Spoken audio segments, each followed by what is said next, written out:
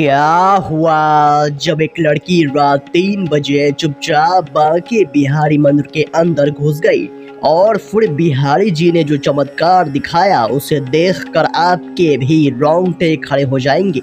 आखिर वह लड़की रात 3 बजे बांके बिहारी मंदिर क्यों गई? जानने के लिए इस वीडियो को बिल्कुल अंत तक देखेगा। वीडियो शुरू करने से पहले अगर आप एक सच्चे सनातनी हैं और भगवान श्री कृष्ण के सच्चे भक्त हैं तो कमेंट बॉक्स में जय श्री बांके बिहारी लाल श्री कुंज बिहारी श्री हरदास ज़रूर लिखेगा। साथ ही अगर आप हमारे चैनल भक्ति इनसाइड पर नए हैं तो चैनल को सब्सक्राइब कर लीजिए और बेल आइकन क्लिक कर लीजिए।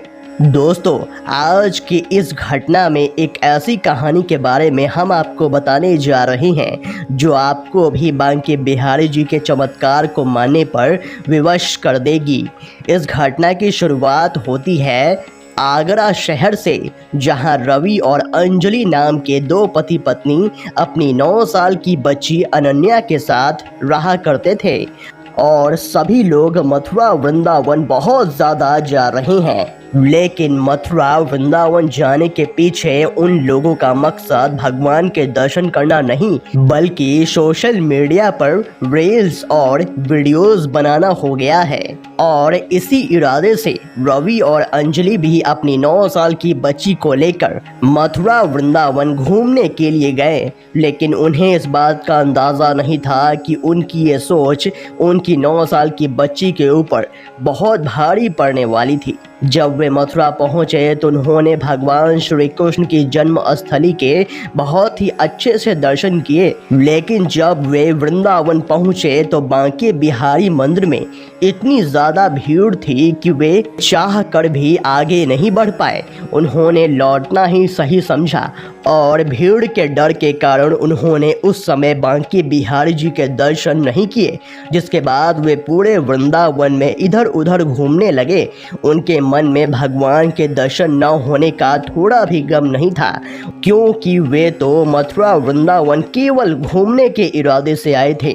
लेकिन फिर बांके बिहारी जी ने एक ऐसी लीला रची जिसके बाद रवि और अंजलि जन्मों जन्मांतर के लिए बांके बिहारी जी के भक्त बन गए। उस समय भीड़ का एक ऐसा प्रवाह आया कि उनकी 9 साल की बच्ची उनके हाथों से गुम हो गई।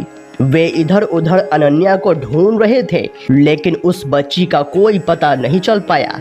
अंजलि बहुत ज़्यादा परेशान हो चुकी थी। बच्ची को हर जगह ढूंढ ढूंढ कर उसके पसीने छूट गए थे। वो फूट फूट कर रोने लगी। अपनी बच्ची को ना पाकर रवि का हाल भी बेहाल हो चुका था। वे चारों ओर अपनी बच्ची को ढूंढ रहे थे पर अनन्या कहीं भी नहीं मिली। अब ढूंढते ढूंढते शाम के 7 बज चुके थे।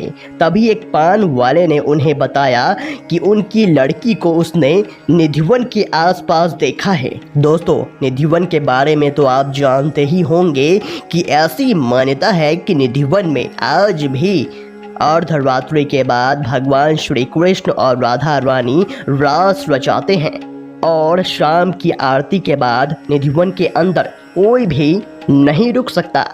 लेकिन रवि को जो जानकारी मिली थी उस आधार पर वो निधिवन के आसपास अपनी बेटी को ढूंढने लगा। 6 बजे निधिवन के दरवाजे बंद हो चुके थे।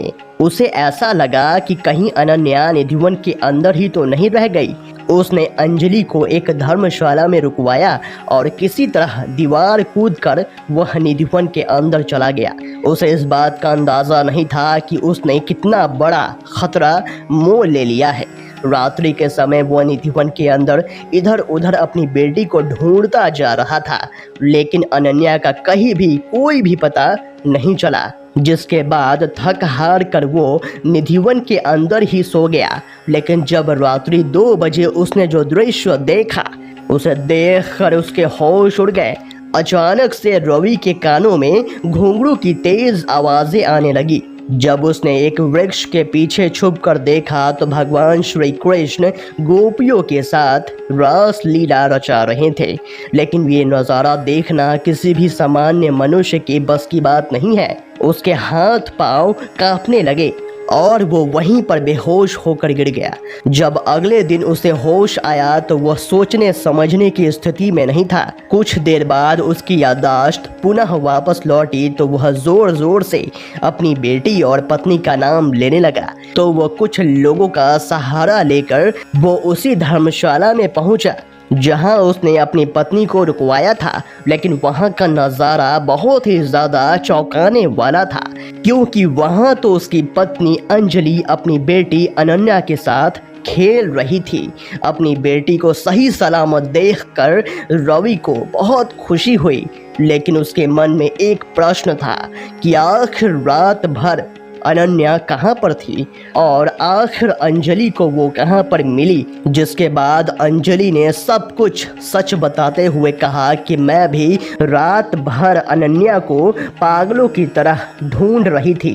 तभी रात्रि के 4 बजे एक युवक मेरे पास आया और मुझे सांत्वना देते हुए कहने लगा कि तुम बिल्कुल भी चिंता मत करो, तुम्हारी बेटी सही सलामत है और आज रात्रि 3 बजे वो बांके बिहारी मंदिर के अंदर आ गई है, लेकिन तुम्हें सुबह तक इंतजार करना होगा।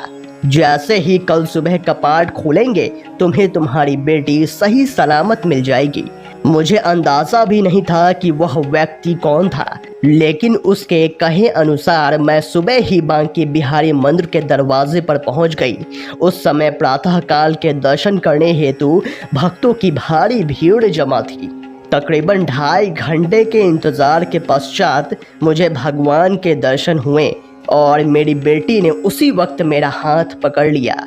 इस पूरी घटना को देखने और जानने के पश्चात रवि और अंजलि को अपनी गलती का एहसास हो गया। वे समझ चुके थे कि इंसान बहुत ही ज़्यादा मतलबी हो चुका है। वो भगवान के मंदिर के अंदर भी तभी जाता है जब उस मंदिर के अंदर उसका कोई स्वार्थ छुपा हो। और आज किसी तरह बिहारी जी ने अंजलि को अपने मंदिर के अंदर बुला ही लिया था। दोस्तों, आप इस अद्भुत चमत्कार के बारे में क्या कहेंगे, हमें कमेंट बॉक्स में ज़रूर बताइएगा। अगर आपको ये वीडियो पसंद आया तो वीडियो को लाइक करें, कमेंट करें और इस वीडियो को ज़्यादा से ज़्यादा शेयर करें। तो आज के लिए बस इतना ही। अगले वीडियो में फिर से मुलाकात होगी, तब तक के लिए अपना ख्याल रखें। धन्यवाद।